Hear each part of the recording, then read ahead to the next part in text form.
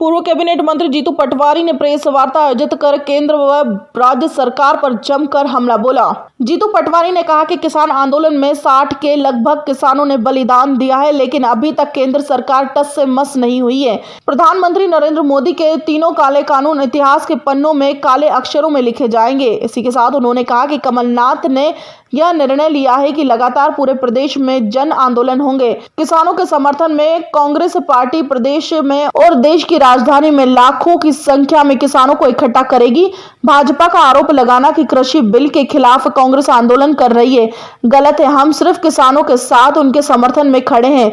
यह आंदोलन किसानों का है। कमलनाथ ने सभी किसानों से प्रार्थना की है कि देश के राजधानी में प्रदेश में 20 तारीख को इकट्ठा हो और प्रार्थना करें कि प्रधानमंत्री नरेंद्र मोदी को सद्बुद्धि आए। मुख्यमंत्री शिवराज सिंह चौहान पर आरोप लगाते हुए पटवारी ने कहा कि मैं प्रतिदिन सीएम शिवराज सिंह चौहान की हेडलाइन देखता हूं। उन्हें शौक है हेडलाइन बनने का। एक दिन कहते हैं ठोक दो, एक दिन कहते हैं गाड़ दो। ऐसे शब्द किसी मुख्यमंत्री को शोभा नहीं देते। पिछले 15 साल की भाजपा की सरकार में जीतू पटवारी ने निशाना साधते हुए कहा कि पिछले 15 सालों में मध्य प्रदेश में माफिया कैसे पनप गया। एक तरफ सीएम शिवराज रेत के माफियाओं पर लगाम कसने की बात कर रहे हैं, तो वहीं दूसरी ओर बुधनी और कटनी में लगातार रेत का खनन हो रहा है। उच्च शिक्षा मंत्री मोहन यादव पर भी निशाना साधते हुए उन्होंने कहा कि उच्च शिक्षा मंत्री की मैंने प्रेस कॉन्फ्रेंस देखी थी। उन्होंने जो बातें कही वह मेरे कार्यकाल के आसपास की ही बातें थी। व्यवस्था आज भी वैसी है, लेकिन उन्होंने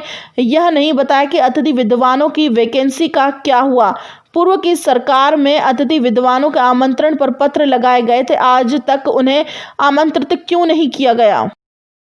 आदरणीय शिवराज सिंह जी की हेडलाइन देखता हूँ, रोज उनको शौक है हेडलाइन बनाने का। एक दिन कहते हैं तोड़ दो, एक दिन कहते हैं ठोक दो, एक दिन कहते हैं गाड़ दो, एक दिन कहते हैं कि भाग जाओ, एक भी मध्य प्रदेश में नहीं रहेगा, टांग दो।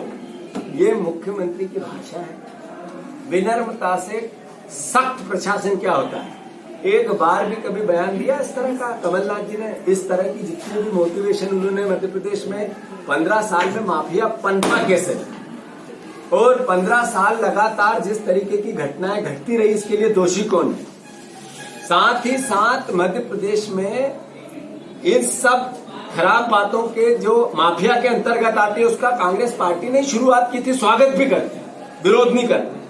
पर एक तरफ आप रेत को लेकर कटनी के कलेक्टर को हटाते हो और दूसरी तरफ बिना नंबर के रेत सीहोर और बुधनी में से निकलते जाते हैं। दो आंखें क्यों, दो व्यवहार क्यों, दो सोच क्यों? एक तरफ होशंगाबाद से लेकर सीहोर तक पूरी नर्मदा में खुलेआम नर्मदा के अंदर जा जाके रोड बना के मशीनों से खोदा जा रहा है, और दूसरी तरफ एक कलेक्टर को गोल मोल जवाब देने के चक्कर में मैंने निष्कासित कर दिया। मुख्यमंत्री तो राजा का राजा कौन?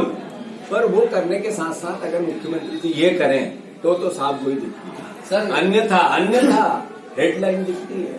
तो हेडलाइन के मास्टर है मेरे मुख्यमंत्री शिवराज सिंह चौहान, मेरे भी मुख्यमंत्री है।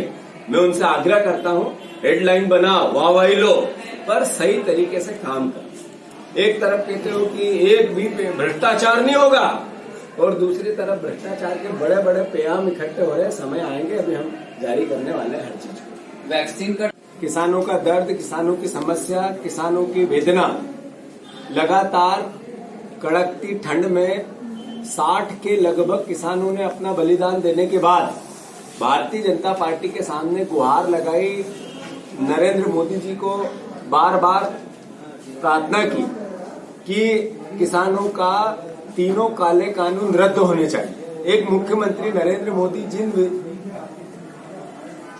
कानून का विरोध करते थे, एक प्रधानमंत्री नरेंद्र मोदी टस से मच नहीं हो रहे। और नीति कौन सी?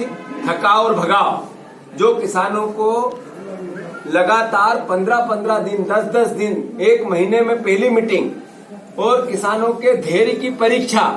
मैं मानता हूं ये अन्न उगाने वाला किसान, जन्म देने वाला भगवान एक जगह होते, एक स्थान पे होते। जीवन को चलाने की ऊर्जा देना उस अन्न से, उस अनाज से होती है जिसको किसान पैदा करते हैं। और उसके साथ इस तरीके का अन्याय, इस देश की सरकार की हठधर्मिता और नरेंद्र मोदी जी के तीनों काले कानून इतिहास के पन्नों में काले अक्षरों में लिखे जाए। कांग्रेस पार्टी जैसा कि कमलनाथ जी ने निर्णय लिया, प्रदेश अध्यक्ष कांग्रेस पार्टी के, कि लगातार पूरे प्रदेश में जन आंदोलन होंगे। 20 तारीख को मध्य प्रदेश के किसानों के समर्थन में, किसानों के सहयोग के साथ कांग्रेस पार्टी देश की, प्रदेश की राजधानी में भव्य लाखों की तादाद में किसानों को इकट्ठा करेंगे। मैं मानता हूं ये सब बातें सिर्फ किसान को प्रत्यक्ष या प्रत्यक्ष रूप से सपोर्ट करने के लिए बातें आती है। पत्रकार सवाल उठाते हैं कि विपक्ष का दल होने के नाते किसान को सड़क पे क्यों नहीं, कांग्रेस को सड़क पे क्यों नहीं आना चाहिए। हम किसानों के सपोर्ट में कांग्रेस पार्टी है। भारतीय जनता पार्टी को ये बहाना कि ये कांग्रेस आंदोलन करवा रही है नहीं देना चाहते। ये किसानों का ही दर्द है। लगातार 2 महीने बाद इसलिए मध्य प्रदेश में इस भावना को कि किसानों के दर्द असहनीय हो गया, तब जाकर हम लोगों ने ये निर्णय लिया कि अब हमें सड़क पे आना ही होगा। मैं मानता हूं, नरेंद्र मोदी जी से प्रार्थना करता हूं, पूरी कांग्रेस पार्टी देश की और मध्य प्रदेश की, आदरणीय कमलनाथ जी ने जो आह्वान किया है मध्य प्रदेश के किसान बंधुओं से, 20 तारीख को सब पधारे और नरेंद्र मोदी अपनी सद्बुद्धि अनुसार किसानों की मांगों को माने। सर, सीएम हाउस भी जाए। नेशन टुडे 24 के लिए भोपाल से ब्यूरो रिपोर्ट।